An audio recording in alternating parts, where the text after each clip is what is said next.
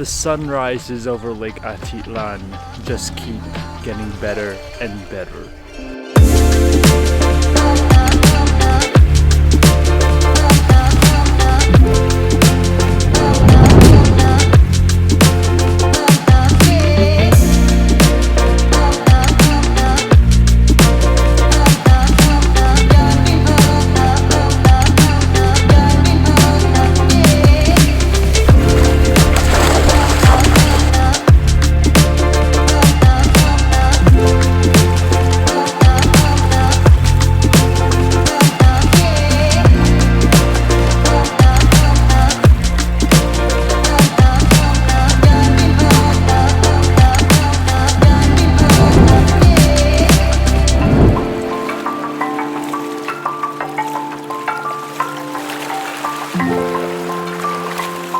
Good morning guys from beautiful Lake Atitlan. Today we're in the town of Panajachel. It's our only full day here and we're going to make the most of it. But we've just come down to the docks here for sunrise and I wish I'd come earlier because as I was walking from my Airbnb down to the docks, the sky was literally pink. And by the time I got here, the sun was already rising and it was kind of late, which really sucks because it was probably one of the most beautiful sunsets. Luckily tomorrow I have one more morning. If I manage to tell myself to wake up a little bit earlier and get here on time, it might actually work out, but it is amazing. I mean, the weather right now is incredible and I know that in the afternoon it's gonna rain, it's gonna be a storm, it's gonna last for like 6-7 hours and it's not gonna stop. And that's really annoying about weather here in Lake Atitlan because that means there's never a sunset. Like you will never ever see a sunset here in Lake Atitlan. But the sunrises are what makes it worth it and what's absolutely incredible. You can see the lake, it's super calm. Right now it's a little bit choppy because there's a boat that just crossed by. And whenever boats cross, they create these like huge ripples. So right now you can tell a boat recently just crossed by. But other than that, it's quiet, it's beautiful. You can see all 3 of the volcanoes right behind me, which is absolutely stunning. And this dock is like Instagram heaven. When people think of Lake Atitlan, this is the photo they think of, which is beautiful. And you can see right here, there's another boat coming by. That boat's gonna create more ripples that are gonna crash on to the lakeside here. Coming down here early in the morning, there's a bunch of dogs. These dogs love to bark. They like to make a bunch of noise and they like to scare and intimidate you, but don't be worried. There were actually a couple people here at the docks as well catching sunrise, so I wasn't the only one because it is really beautiful. As I mentioned, today is our only day here in Panajachel. We're gonna try and explore the little town. There's not much to see from what I understand, but there's definitely more to see here than in other towns like San Marcos or San Juan. So we're gonna go ahead, explore the area, understand the town a little bit, and once the afternoon rain starts, as we all know, that rain is absolutely vicious and it does not stop. So let's go ahead and get this day here in Panajachel started. And just like that, we are back in the town of Panajachel. It's actually a really beautiful town. It's nice and charming. I feel like it is quite touristy, but the tourism doesn't take over from the local culture here. Obviously, it's super busy because when people come to Lake Atitlan, this is usually the main starting point for exploring Lake Atitlan. So it's a busy place, lots of people, lots of transport, but there's still a lot of culture to explore here, so we're gonna go ahead and start exploring the little town of Panajachel. Now, when most people think of Panajachel, they think about, you know, the main streets near the lake, but actually most of the local people live a little bit farther back from the lake, so that's exactly where we are now. We're currently at the municipal market of Panajachel. Let's go inside and check it out.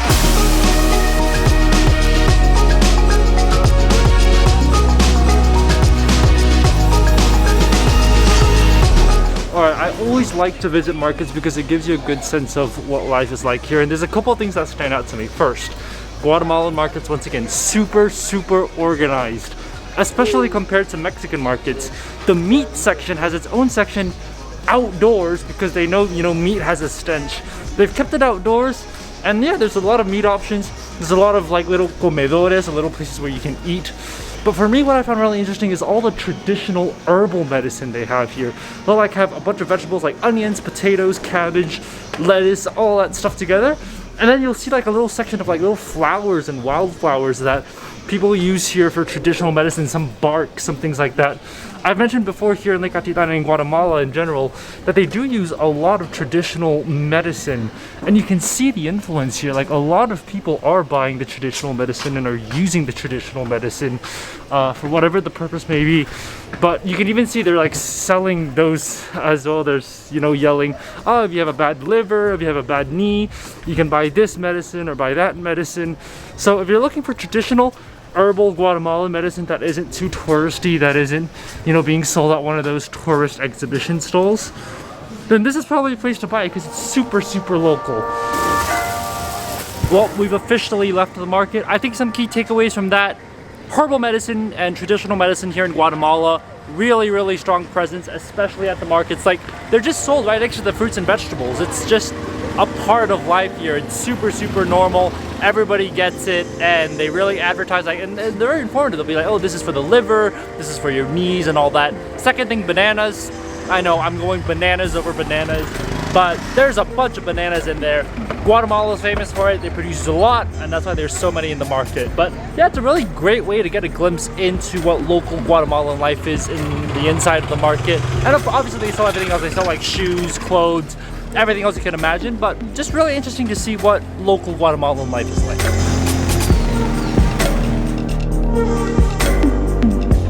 Well, just like in most cities here in Guatemala and in Latin America, you've got the market, and nearby the market, you have obviously got the main church. And here we are. This is a pretty nice and big church. We're gonna go check it out.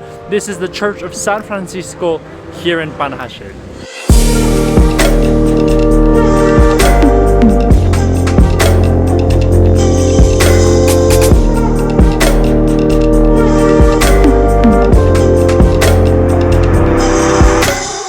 I'm pretty sure you guys can tell just by looking at the outside facade of this church that it's a really, really old church. And when you're on the inside, it's pretty obvious that it's been around for a long time. It's very simple. It's a very austere, simple church.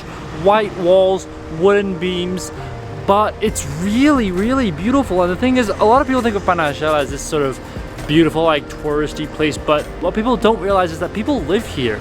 And just inside there are like a couple ladies who are praying and doing their prayers inside the church. It's a beautiful church. The outside, I love the outside. The outside facade, I mean, just look at that. It's stunning.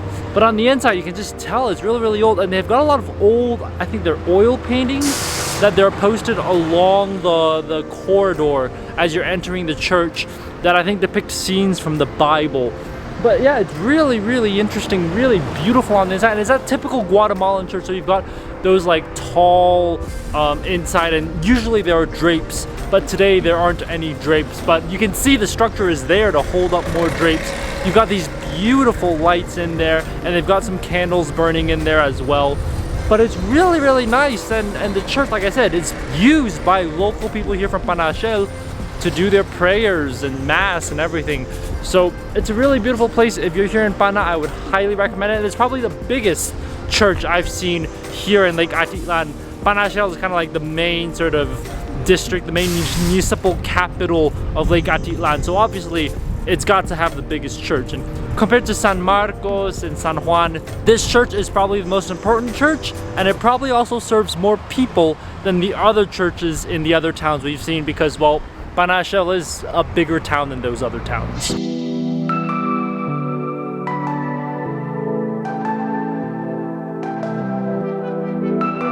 Right behind the main church of San Francisco is this little area right here. It's little, but it is the main central park of Panajachel. It's really, really beautiful. You've got two huge Guatemalan flags up there. You've got a water fountain. It's quite shady.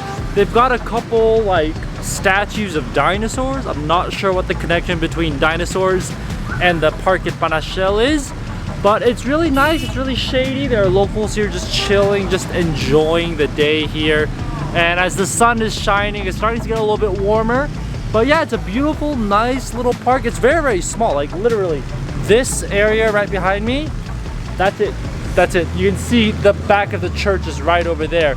But the park itself is really small, but it's kind of like a nice meeting area for local people here in Panajachel who, you know, are just trying to socialize. I mean, during the day it's pretty calm, it's pretty quiet, but I'm sure at night people come here, have a drink, enjoy.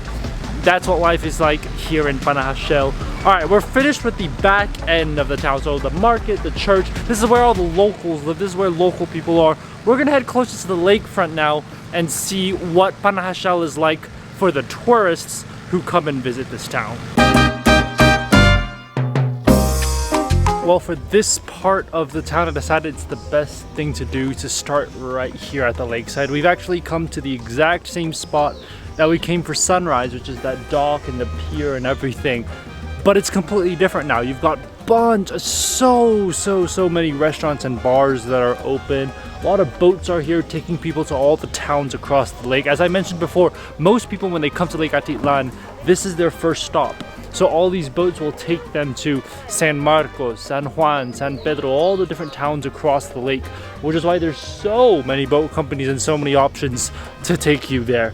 Now, during the day, it's just completely packed. Like you can see, there's stalls, there's restaurants, there's a lot of expensive restaurants right on the lakefront, but it's not really my type of vibe, but it's a cool area. They have this walkway all along the lake that's really nice. You'll just get bombarded by these restaurants trying to get you to eat lunch there or eat dinner there or grab a drink or something. But it's a really nice place, especially during sunrise when there's nobody here. You can see the volcanoes right behind me. Obviously, that's the classic view here in Lake Atitlan. I thought it would be possible to swim here because the water is just pure blue. It's really nice. But I don't see anybody swimming. And I do see a lot of boats that will probably run into you if you try and swim. So I'm not gonna swim. I don't think you can actually swim anywhere here along the coast anyways. But we're gonna be walking along the lakeside on that path that I was telling you guys about. That path that's just bombarded by restaurants. And then we'll get to our next stop here in Panajachel. All right, we've come just along the walkway. You'll get to this point here. This is the Playa Principal, or the main beach. You can see the volcanoes right behind me, and there are little kids swimming in here, so I think I'm gonna join them. Also, another interesting thing is that here in Panajachel, you can do paragliding, and that's exactly what you see up there. I don't know how much it costs, but it's also another option if you're considering doing something fun here in Panajachel.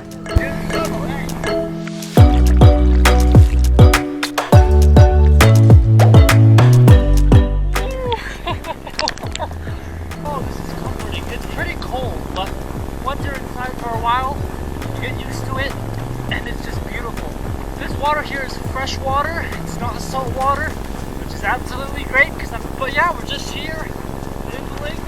The guy told me that there's supposed to be fish, but I don't see any. We're gonna keep swimming, and there's a fisherman right here who's loading on his haul for the day. So let's go and continue swimming into the lake.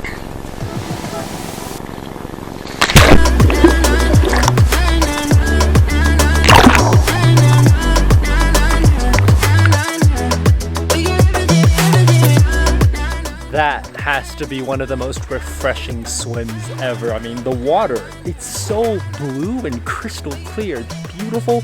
It's really cold. So when you actually first go in, it's pretty cold, but it's nice. I mean, can you ask for a better place to swim?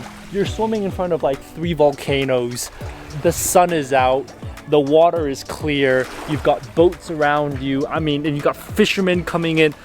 It doesn't get much better. There's no better place to swim. Like this is literally swimming in paradise. You've got ducks, like literally there's a duck right there that's just floating around while you're swimming next to it. It just doesn't get better. And there were a couple of local kids here. We were swimming around, we were playing tag. It's really fun. They were jumping off the boat, jumping off the dock. But yeah, I didn't realize that you could just swim anywhere and nobody would really care. It's just kind of your thing, which I love about this town. Everybody does their own thing. Nobody really cares. Nobody really judges you. Just go in, swim, and that's it. The kid's grandfather was also here swimming because he's a really good swimmer. He told me that you can actually swim across the lake, and the first time he did it, it took him 7 hours. So if you're into doing that, you can easily, you know, swim for 7 hours and swim to San Pedro if that's what you're interested in. It's really, really deep. That's surprising because I didn't realize how deep the sort of cutoff is. Like once you get in maybe like 3 meters, it gets pretty deep. You can't even see the ocean floor anymore. And remember, this is the sort of end of a volcano. This is the cone of a volcano that blew up thousands of years ago, and this is the result, this lake right here. So we don't really know, nobody really knows how deep this lake actually is, because it can go all the way to, you know, the very bottom. That's where the core of the volcano was. Nobody really knows, which is really, really fascinating and interesting to me.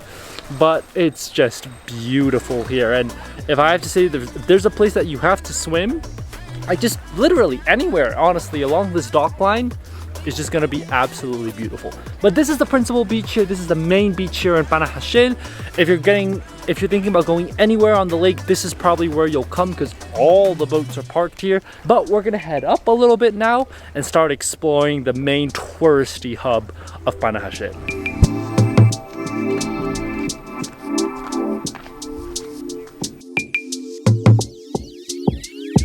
Well, just a little bit of like a 5-minute walk along the lake, still heading west.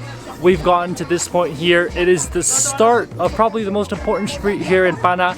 This is the start of Calle Santander. Now, usually here they have like an observation deck that's supposed to be really colorful and with a bunch of decorations, but they're currently restoring it, so we can't actually go on up, but I'm sure once it's restored, it'll be an absolutely beautiful view. But why is Calle Santander so special? It's the street where all the souvenirs are. It's where you can buy things, shirts, clothes, everything. So we're gonna go take a stroll and see what Calle Santander is all about.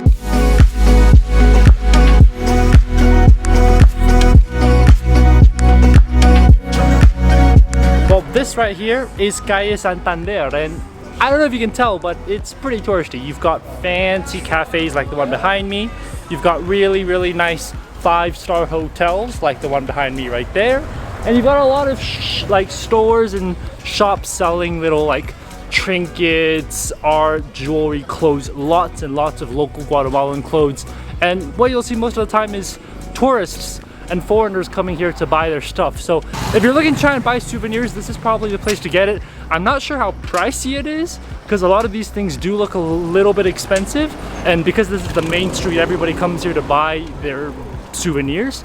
But it is a pretty nice place just to walk around and sort of see locals tending with their day and, you know, trying to sell stuff to you. It's a different experience. It's definitely unique. Well guys, it's almost 6 p.m. and sure enough, the Guatemalan afternoon rain did fall and it poured all over the lake. It's got a little bit better now, but as you can see, the sky is still very, very cloudy. It's very, very dark. It looks like it could rain any moment. But the good thing is that it's not raining. We've come here to the dock. This is the exact same dock that we came to earlier in the morning for sunrise. And I mean, you can just tell the difference. During sunrise, you could see all 3 volcanoes, but now you can't even see one. The clouds have just completely covered everything up.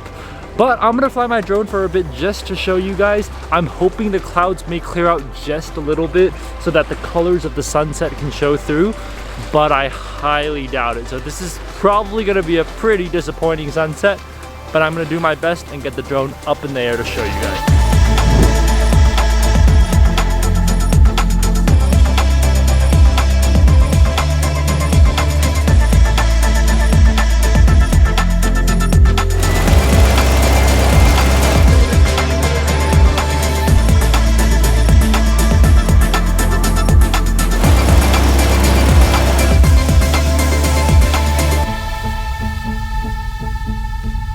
Well, and just like that, it's about 6:30 and the sun has officially set here in Guatemala. I'm currently devastated because I just lost the current like drill for one of my drone controllers. Oh, it sucks. It really, really sucks. It couldn't have happened at a worse time because I was right on top of the water. It couldn't have happened, you know, on a road or on a ground. No, it had to happen when I was on top of water so that I could never find it again. But it's been another beautiful day here in Guatemala. It's our last day here in Guatemala. That just now was the last sunset we're gonna see on Lake Atitlan. Lake Atitlan for me, after being here for 5-6 days, it's a bucket list. It really is a place that you have to visit. I originally planned on visiting this place for 3 days, and I ended up staying for 6. So that should give you an idea of how beautiful Lake Atitlan is. And there's so many more towns to explore. We've only visited 3, but there are like 12, 15 different towns you can take. So there's a lot of options around here. You could easily spend months here just chilling along the lake, enjoying the scenery, enjoying the fresh water, the blue, clear fresh water. It's stunning. It's beautiful. But anyways, that's all I have for you guys today. I hope you guys have enjoyed this video. If you did, definitely give it a thumbs up and subscribe for more food and travel videos. This is it. This is Lake Atitlan. Tomorrow we are leaving Lake Atitlan, so make sure to stay tuned for our next destination here in Guatemala. I'm super excited to share that with you guys. So make sure to subscribe, give it a thumbs up if you enjoyed this video, and I'll see you guys on the next one. Bye guys.